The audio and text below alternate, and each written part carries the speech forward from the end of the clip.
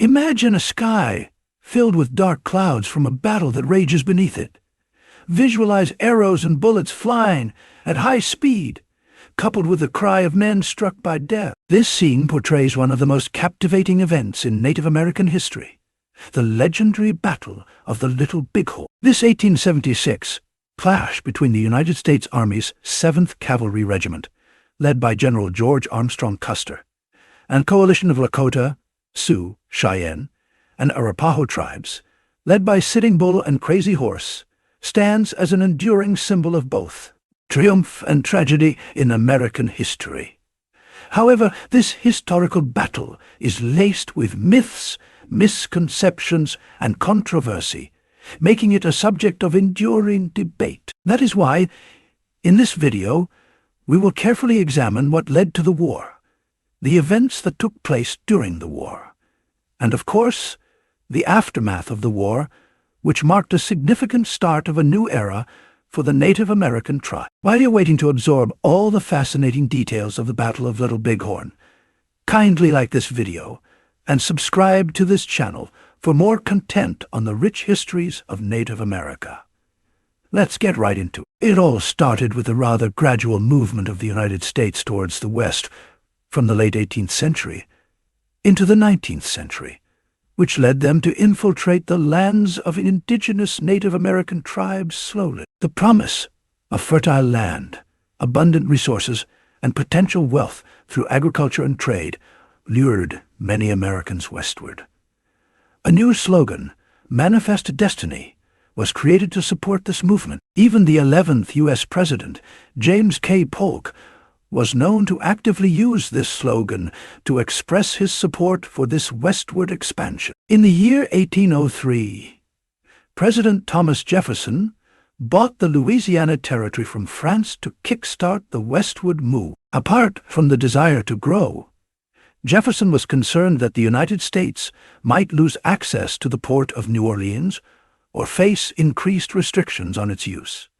What's so special about this port? The port of New Orleans, located at the mouth of the Mississippi River, was of great economic importance to the United States. It served as a crucial outlet for the products of the American Midwest, particularly agricultural goods like grain and tobacco. Control of New Orleans means American farmers could efficiently transport their products to markets in the East and overseas, and of course, that would greatly boost the economy of America. Before the purchase, France was facing serious conflicts with Europe. Selling the vast land area was an opportunity to raise money to fund the ongoing military campaigns and avoid a potential conflict with the United States. Not long after, Jefferson's envoys, James Monroe and Robert Livingston, negotiated the Louisiana Purchase for $15 million, effectively doubling the size of the United States. After this purchase, thousands of Americans migrated to Oregon for greener pastures.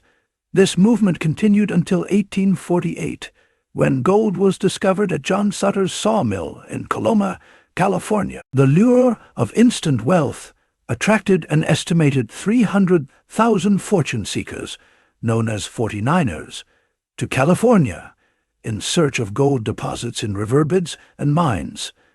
However, this frenzied migration greatly affected the indigenous Native Americans. As settlers moved westward, they encroached upon Native American lands, leading to disputes over territory and resources. To make matters worse, the U.S. government pursued policies of Indian removal, such as the Indian Removal Act of 1830, which forcibly relocated tribes from their ancestral homelands to designated areas, often far from their original territory. One of the most notorious examples of forced relocation is the Trail of Tears, which occurred in the 1830s when the Cherokee Nation was forcibly moved from Georgia to present-day Oklahoma, resulting in the deaths of thousands due to exposure and disease. In 1874, the discovery of gold in the Black Hills of South Dakota, spurred by a mining expedition led by General George Custer, had captured the attention of the U.S. government. The next year, President Ulysses S. Grant ordered that all Sioux people vacate the Black Hills of South Dakota and Wyoming by the end of the following January. These actions violated the terms of the 1868 Treaty of Fort Laramie, which had explicitly acknowledged the Black Hills as Sioux territory. However, some brave natives resisted this gruesome removal by retaliating with a fight. Sitting Bull, a respected Hunkpapa Lakota chief and spiritual leader, was among those who resisted, birthing the famous Battle of Little Bighorn. General George Armstrong Custer was a prominent figure in the Sioux War. His military career and reputation were marked by audacity, charisma, controversy, and tragedy. Custer's early military career began with the outbreak of the Civil War at 1861. Despite graduating from the United States Military Academy at West Point with the worst grade in his class and earning the title of the GOAT, he displayed excellence on the battlefield. He demonstrated his skills as a cavalry officer, earning several promotions for his daring exploits on the battlefield. One of Custer's most significant achievements during the Civil War was his role in the Battle of Gettysburg in 1863. He led his Michigan Brigade in a heroic and successful cavalry charge against Confederate forces, helping to secure a crucial Union victory. This action earned him praise and recognition, leading to further promotion. His distinctive appearance further solidified Custer's reputation. He was known for wearing a flamboyant uniform that included a red necktie, a wide-brimmed hat, and a buckskin fringed jacket. This attire and his long blonde hair contributed to his iconic image. However, Custer's military career was not without its controversies. He was known for his aggressive and impulsive style of leadership, which sometimes led to clashes with superiors and fellow officers. Additionally, his tactics were occasionally criticized for being reckless and overly ambitious. Despite these controversies, Custer's charisma and battlefield successes endeared him to many in the North. He became a celebrated figure and was often featured in the press. His popularity extended beyond military circles, making him a recognizable and glamorous figure in American society. Custer's experience in cavalry warfare and his reputation as a dynamic leader caught the eye of military authorities. He was appointed the commanding officer of the newly formed 7th Cavalry Regiment, tasked with maintaining order and protecting the expanding interests of the United States in the Western Territories. Ultimately, he was tasked with leading the U.S. to victory in the upcoming Sioux War.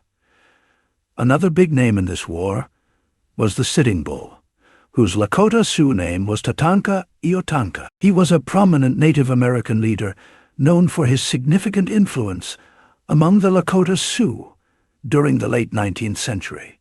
One of the most significant aspects of Sitting Bull's influence was his role as a spiritual leader. He was known for having powerful visions and dreams. In 1872, he had a vision of soldiers falling into his camp like grasshoppers from the sky, which he interpreted as a premonition of the Battle of the Little Bighorn, a vision that proved accurate. Another prominent figure who played a huge role in this war is Crazy Horse, whose Lakota name was Tasunka Witko. He remains one of the most enigmatic and revered figures in Native American history. Crazy Horse was renowned for his military brilliance and unconventional tactics.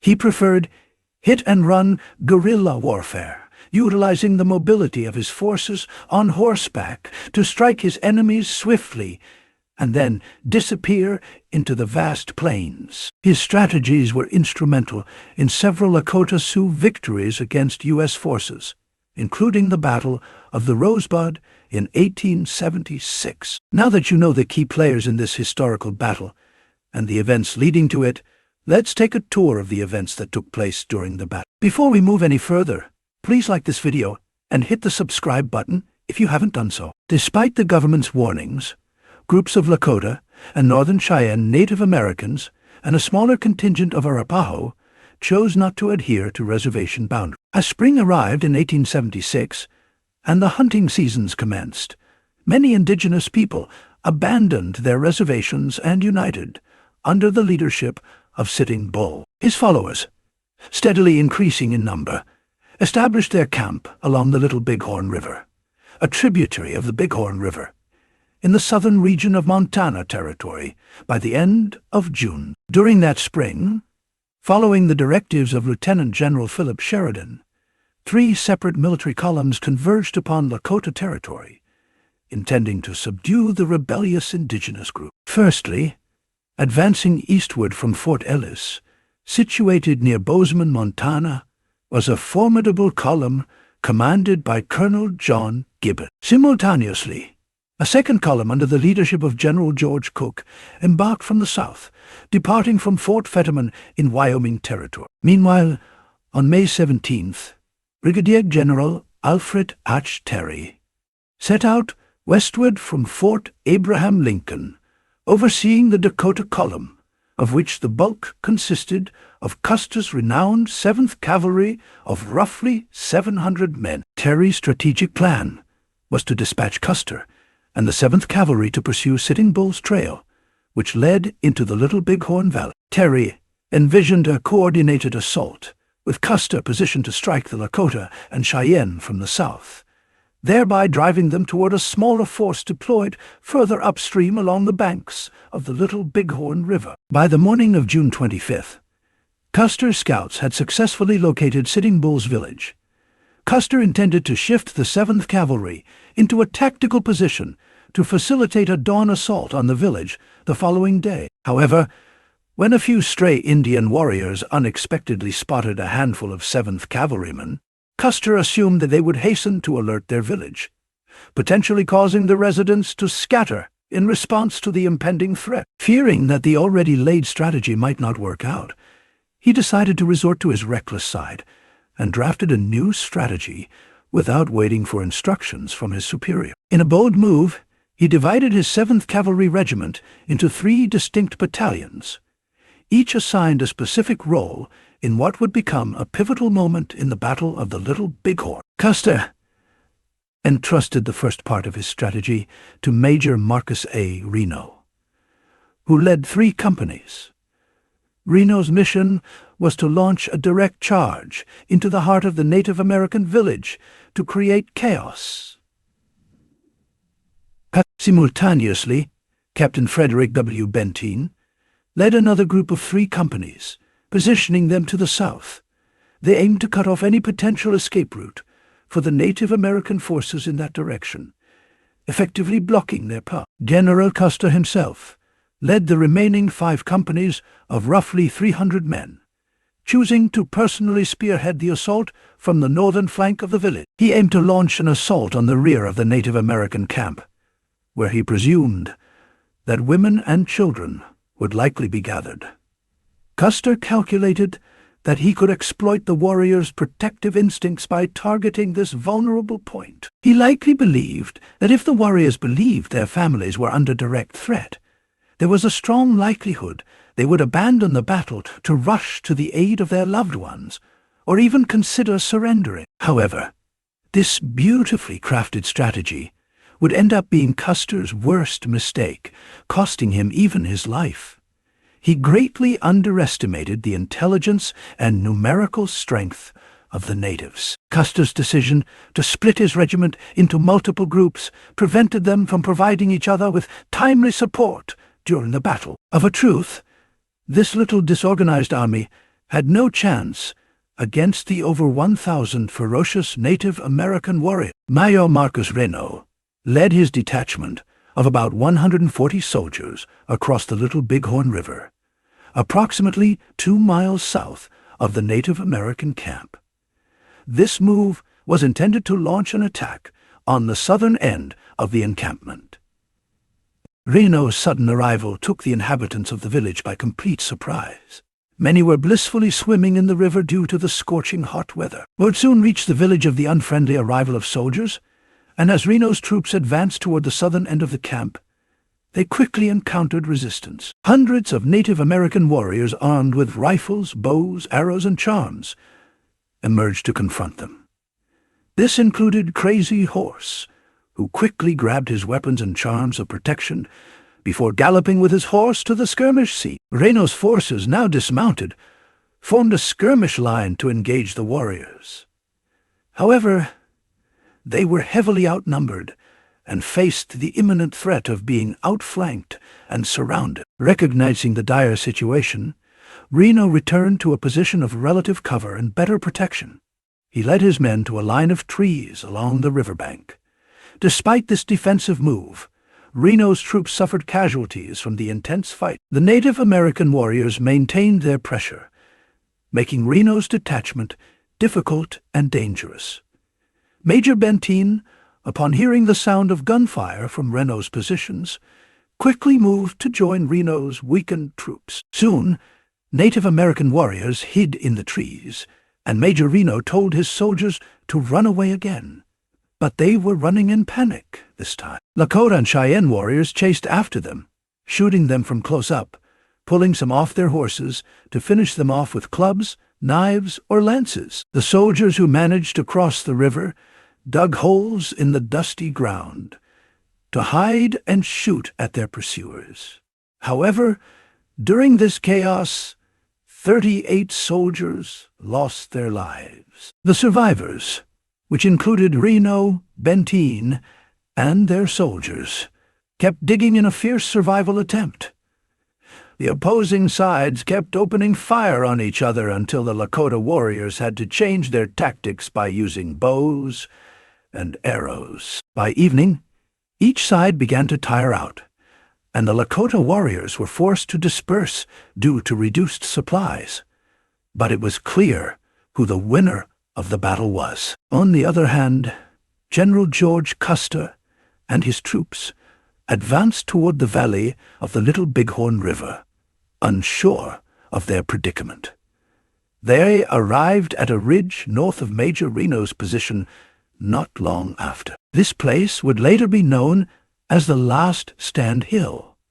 Custer then decided to halt his troops and take a little break in preparation for the battle, which they had poorly planned for. In a split second, they were surrounded by a sizable force of Native American warriors. Estimates suggest the Native American force outnumbered Custer's men by at least 10 to 1. They were both outnumbered in men and guns. The Lakota and Cheyenne warriors were armed with the most sophisticated rifles, such as Henry repeating rifles, Winchester Model 1866 repeaters, and Colt and Smith revolvers. With their overwhelming numerical advantage, the Native American warriors encircled Custer's men, effectively cutting off any escape routes. The battle intensified around 4:03 p.m. as the Native American warriors closed in on Custer's position. Facing a relentless attack from all sides, Custer's men were picked off one by one, and they fought fiercely, but were ultimately overwhelmed. By 6 p.m., just an hour and a half after the battle had escalated, every member of Custer's party had been killed. It was already too late when General Terry came onto the scene. An overwhelming number of mutilated bodies and General Custer's naked, lifeless body greeted them.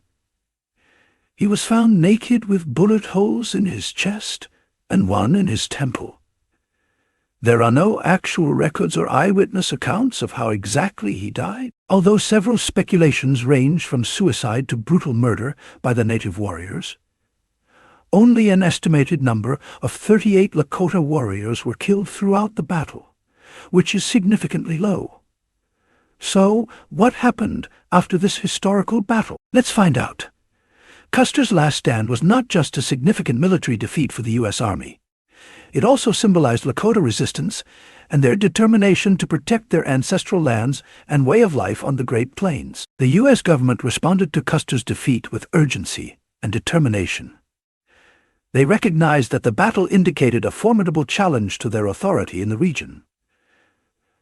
Colonel Nelson Miles was then appointed to lead a vigorous winter campaign against the Lakota and other Plains tribes, primarily subduing what they called hostile. The following winter campaign marked harsh weather conditions and relentless pursuit by U.S. forces.